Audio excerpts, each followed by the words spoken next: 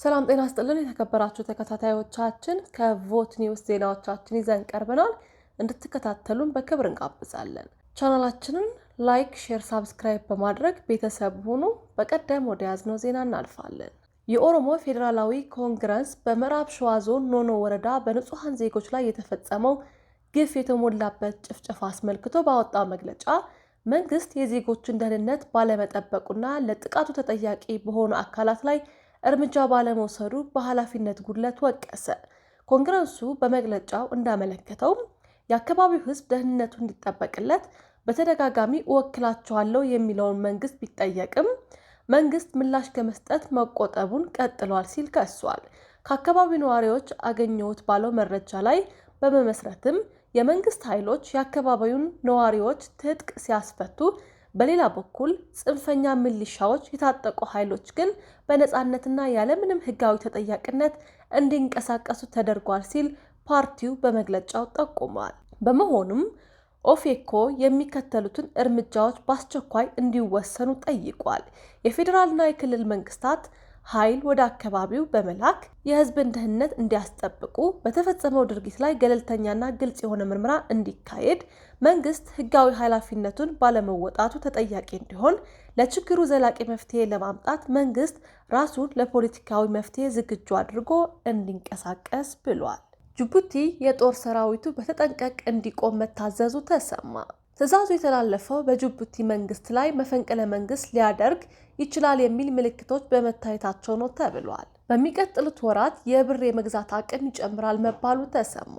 አሁናዊ የወርቅ ዋጋ ጭማሬን ተከትሎ የውጭ ምንዛሬ በገበያ እንዲተመን በመደረጉ 2/3 ዋጋውን ያጣው ኢትዮጵያ መንግስት ሊጠናከር እንደሚችል የኢትዮጵያ ብሔራዊ ባንክ ገዢ ዶክተር ኢዮብ ተካልኝ መግለጻቸው ተሰምቷል። የኢትዮጵያ የገቢ ወጪ ንግድ ሚዛን እየተስተካከለ መምጣቱ ዋና ምክንያት ሊሆን እንደሚችል ተገምቷል።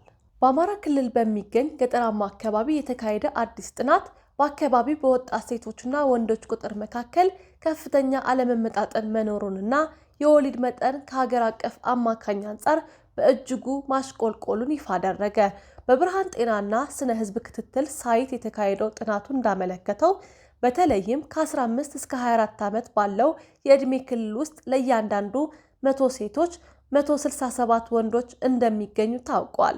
ከዚህ ጋር ተያይዞ በአካባቢው ያለው የወሊድ መጠን አንዲት ሴት በህይወት ዘመኗ በአማካይ 3.44 ልጆቿን ብቻ እንደምትወልድ ያሳያል። ይህ አሃዝ እንደ አውሮፓውያን አቆጣጠር በ2016 ከነበረው የኢትዮጵያ ሀገር አቀፍ አማካኝ 4.6 ልጆች ጋር ሲነጻጸር የ25% ቅናሽ አሳይቷል። የጥናቱ አዘጋጆች እንደሚገምቱት የዚህ አስገራሚ ለውጥ ዋነኛ መንስኤ ወጣት ሴቶች ለተሻለ የትምህርትና የስራ ዕድል ፍለጋ ከገጠሩ ወደ ከተሞች በብዛት እየፈለሱ መሆናቸው ነው። ይህ ስደት በገጠሩ አካባቢ የሴቶችን ቁጥር እንዲቀንስ ሲያደርግ የወሊድ መጠኑ እንዲያሽቆለቁልም ከፍተኛ አስተዋጽኦ አድርጓል ተብሏል። ጥናቱም በኢትዮጵያ ገጠራማ አካባቢዎች እየተከሰተ ያለውን ሰፊ ማህበራዊና ስነ ህዝባዊ ለውጥ አመላካች መሆኑ ተገልጿል። የጀርመን ድምፅ ዘጋቢዎች በኢትዮጵያ እንዳይዘግቡ ታገዱ። የኢትዮጵያ መንግስት ባለስልጣናትና ከተለያዩ የኢትዮጵያ አካባቢዎች ለጀርመን ድምፅ ዶቼ ቬሌ የሚዘግቡ ጋዜጠኞች ዘገባ እንዳይሰሩ ለጊዜው አገዱ። ዶቼ ቬሌ ከ1980ዎቹ ጀምሮ ኢትዮጵያ ውስጥ በሚገኙ ዘጋቢዎች አማካኝነት የኢትዮጵያን ፖለቲካዊ፣ ምጣኔ ሀብታዊና ማህበራዊ ጉዳዮችንና የአፍሪካ ህብረትን ጨምሮ ኢትዮጵያ ውስጥ የሚንቀሳቀሱ አካባቢያቸው አህጉራዊና ዓለም አቀፋዊ ድርጅቶች፣ ተቋማትና ማህበራትን እንቅስቃሴና ክንዋኔዎችን ሲዘግብ ቆይቷል። ዓለም አቀፍ ማሰራጫ ጣቢያም ከ2010 ጀምሮ የወኪሎችን ቁጥር በማሳደግ በመቀሌ፣ ባህር ዳር፣ ደሴ፣ አዲስ አበባ፣ ሐዋሳም፣ ድሬዳዋና አሶሳ በሚገኙ 9 ወኪሎች አማካኝነት መረጃን በማሰባሰብ ገለልተኛ፣ ሚዛናዊ፣ ትክክለኛ ዘገባዎችን ለኢትዮጵያ ሕዝብ ያሰራጫል። ይሁንና የኢትዮጵያ መገናኛ ብዙሃን ባለስልጣናት ዛሬ በጻፈው ደብዳቤው ዶቼ ቬሌና ወኪሎችን የኢትዮጵያን ሕግና ደንብ ጥሰዋል፣ ሙያዊ ስነ ምግባርን አያከብሩም በማለት ወቅሷል። ከትናንትና ጀምሮ ኢትዮጵያ የሚገኙ የዶቼ ቬሌ ዘጋቢዎችን የስራ ፍቃድ ለጊዜው ማገዱን አስታውቋል። ባለስልጣኑ ጊዜያዊ ያለው እገዳ ስለሚቆይበት ጊዜ የገለጸው ነገር የለም።